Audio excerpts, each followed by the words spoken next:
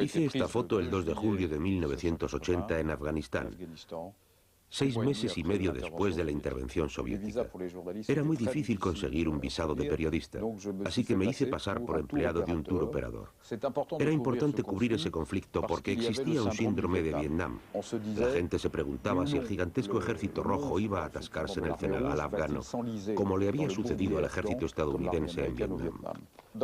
En los contactos con los diversos movimientos de resistencia, el Jamiat Islamí nos propuso partir por la carretera de Salan, que nos interesaba mucho, porque era la vía principal por la que pasaban todos los transportes de tropas y municiones del Ejército Rojo. Hice esta foto cerca del pueblo de Farzá, donde se habían agrupado entre 1000 y 1300 mujahidines. Toda la montaña estaba cubierta de hombres armados. Durante nuestra primera conversación con el comandante, naturalmente, le preguntamos si tenían prisioneros. Nosotros pensábamos en prisioneros rusos. Y él nos contestó, sí, y vamos a presentárselo. Es un prisionero afgano. Este hombre pertenecía al Partido Comunista Afgano y había sido sentenciado por un tribunal islámico porque había denunciado a 9 familias de mujahidines. Llegó rodeado de mujahidines furiosos por su traición. No pude más que hacer la foto porque para mí era el testimonio más fuerte del comienzo de una trágica guerra civil.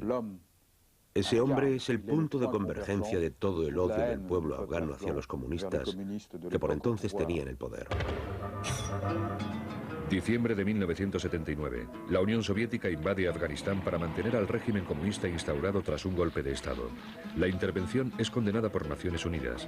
Mientras, en el campo de batalla, la resistencia se organiza. Frente a 100.000 soldados del Ejército Rojo, los mujahidines llevan a cabo su guerra santa con el apoyo de Pakistán, China y Estados Unidos.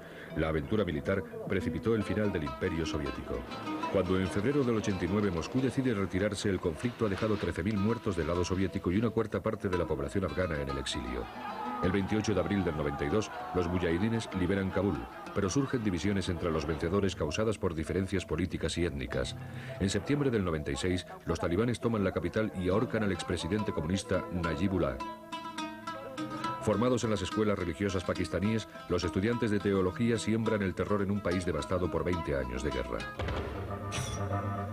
Merhabuddin Mastan se unió a la resistencia a la edad de 17 años. Por estar próximo al comandante Massoud y hablar francés, se le encargan las relaciones con la prensa occidental. Su objetivo era contrarrestar la propaganda soviética que afirmaba que todo iba bien. Esta foto representa el comienzo de la resistencia afgana. Son los años 79-80. Puede que hasta 1981, a juzgar por las armas, porque la resistencia afgana era una resistencia popular. La gente comenzó la resistencia usando lo que tenía a mano. Hay picos, sables, cuchillos. Hay fusiles Enfield que empleaban los ingleses durante la guerra de Afganistán en el siglo XIX. Y hay 2 Kalashnikov, que deben de haber sido tomados al enemigo o fruto de deserciones. Era el comienzo de la resistencia y había muchos problemas de espionaje. El gobierno comunista empleaba a aldeanos como delatores. En esta foto se ve a un grupo de personas que posan, que le dicen al fotógrafo: este es el espía y va a ser ejecutado. Era un mensaje de doble sentido. Un mensaje interno para decir que no había compasión con los espías y a la vez en el plano internacional para decir que luchaban contra los comunistas con todas sus fuerzas. Al comienzo de la resistencia afgana, el mundo occidental pensaba que la de Afganistán era una guerra perdida desde el principio. Se hacía resistencia, pero el mensaje no salía. Los pocos periodistas que vinieron a Afganistán hicieron el trabajo que nosotros no podíamos hacer. El mundo, muy gradualmente, con el tiempo, fue tomando conciencia y acabaron creyendo en la resistencia afgana. La ayuda internacional en el plano militar llegó a partir de 1984. El papel de los periodistas fue determinante. Obsesionado por el síndrome de la guerra de Vietnam, el Ejército Rojo impidió que la prensa occidental trabajase en Afganistán. Alain Mangón, fotógrafo en la agencia Gamma, no hizo ninguna foto del bando soviético. Me fascinaban los afganos y los mujahidines. En primer lugar porque era la lucha de David contra Goliat. Realmente era un combate heroico, casi idílico. Para algunos de nosotros, que no habíamos vivido lo de Vietnam, hay que admitir que había cierta analogía.